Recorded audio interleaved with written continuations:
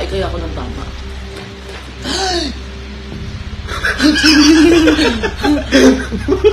Tingnan mo nga, nakita ba? Gaga ka.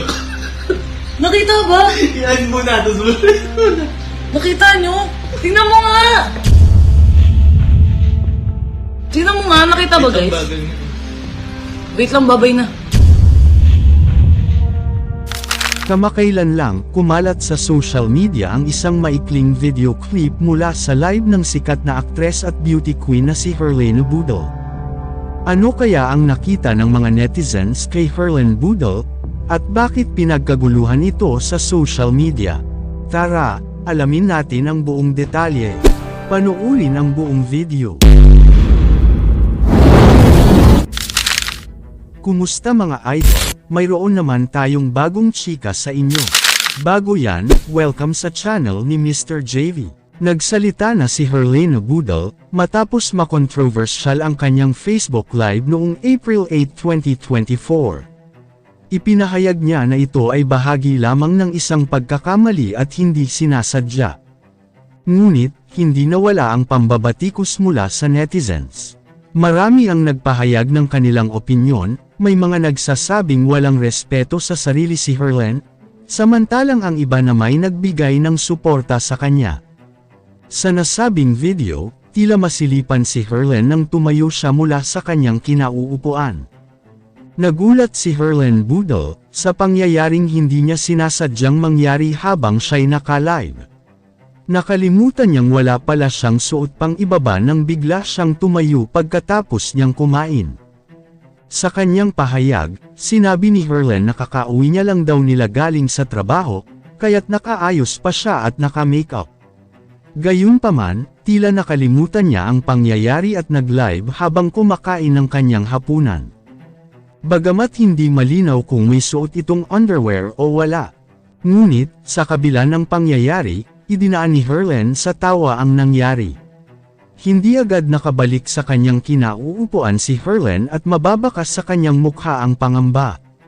Sa kabila ng pangyayari, agad itong nag-viral at nagdulot ng iba't ibang reaksyon mula sa mga netizens. May mga nagsasabing may suot naman siguro si Herlene at hindi totoo na wala siyang pangibaba. May iba namang nag-aakalang sinadya ni Herlene ang insidente upang muling mapag-usapan.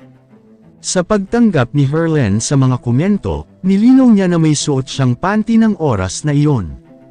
Gayunpaman, para sa kanya, hindi ito dapat maging malaking issue. Ayon sa kanyang post, big issue agad sa panty. Personally, I don't see anything wrong for the panty issue. Nagrarampa nga ako sa entablado wearing swimsuit.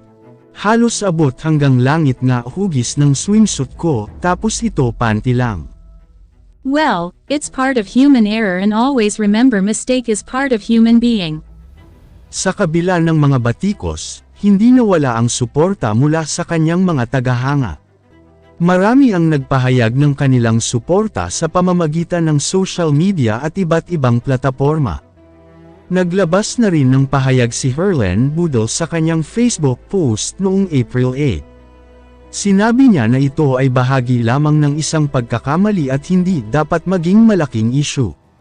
Sa aking opinyon, ang pangyayaring ito ay nagpapakita lamang na tayo bilang mga tao ay hindi perpekto at nagkakamali. Mahalaga ang pagbibigay ng pangunawa at pagtanggap sa mga pagkakamali ng iba. Kailangan nating magtulungan upang maunawaan at respetuhin ang bawat isa. Kayo mga idol, ano ang masasabi nyo sa chika topic natin ngayon? At syempre bago tayo magtapos sa ating video, ay inaanyayahan ko kayo na mag-like sa ating Facebook at mag-subscribe na rin sa YouTube, dahil malaking tulong na ito sa pag-grow ng aking channel, upang mas lalo pa ako na magsipag sa pag-upload ng mga videos na kagaya nito. Hindi naman ako nagmamakaawa sa inyong mga idol, pero sana maawa na kayo. Hanggang dito na lang ang ating video, maraming salamat sa inyong pagtambay, bye-bye!